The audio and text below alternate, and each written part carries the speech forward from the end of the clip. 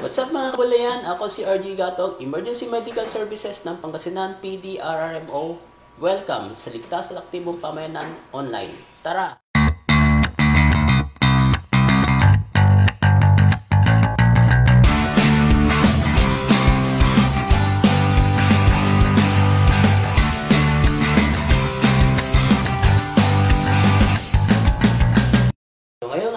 Tuturuan namin kayo ng isang knot-tying technique upang magamit natin sa pagligtas ng buhay, lalong-lalo na sa oras ng sakuna.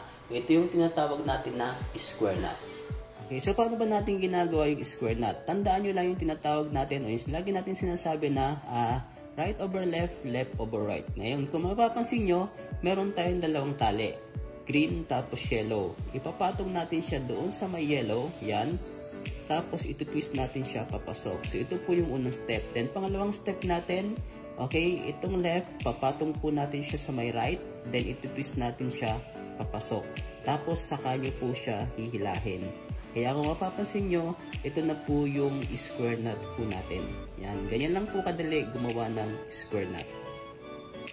So ito na po yung nagawa natin na square knot. Okay.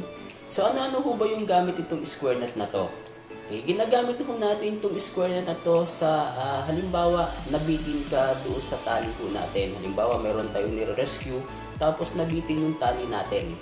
Okay, so ginagamit po natin itong square knot. Bakit ba square knot at hindi dapat basta-basta buhol lang?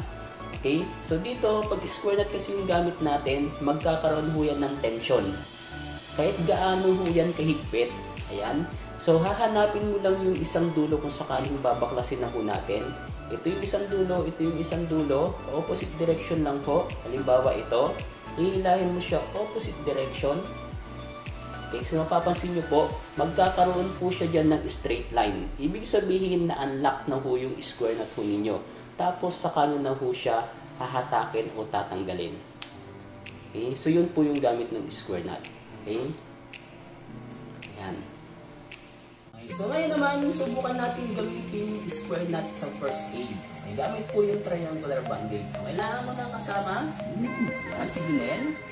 Si Junel, nagkaroon po siya ng sugat doon sa may noo. Okay, so gagamitin natin, bago natin gamitin yung square knot po natin, kuha kayo ng dressing o kaya malinis na tela pang control ng bleeding. Pagkatapos, ito po yung triangular bandage natin. Papatong nyo siya dun sa may noo ni Junel. Okay, para din masecure yung dressing o yung tela na nalagay natin kinontrol yung bleeding. Twist nyo papuntang batok. Ipitan ng konti. Tapos papuntayin ulit sa may harap. Ayan. Huwag nyo kakalimutan yung lagi natin sinasabi na right over left, left over right. So nakapatong na po yung right natin doon sa may left. Ito-twist nyo po yan papasok. Tapos saka nyo siyang higpitan doon kung nasa yung sugat para sa additional pressure. Ngayon, next po natin, pangalawang step, yung left natin, papatong po siya sa may right, patong twist, saka nyo siya papasok ulit, saka nyo siyang higpitan. Okay, tamang higpit lang.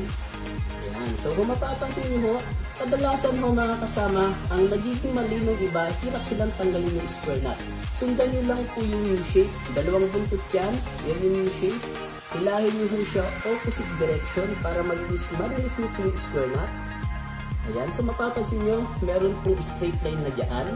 Bitawan nyo yung buntot, hawakan nyo yung knot, saka nyo hilahin. Ayan. Narigis na po yan. Ngayon kung gusto nyo higpitan ulit, hawakan nyo yung knot dito, saka nyo itulak pabalik. So yun po yung gamit ng square knot. Yun mga kabaluyan, ngayong araw na to natutunan natin kung paano gumawa ng square knot at may apply natin to sa iba't ibang pamamaraan, lalong-lalo na sa pagligtas ng buhay. Maraming salamat sa panonood at lagi niyong tatandaan maging ligtas at aktibo.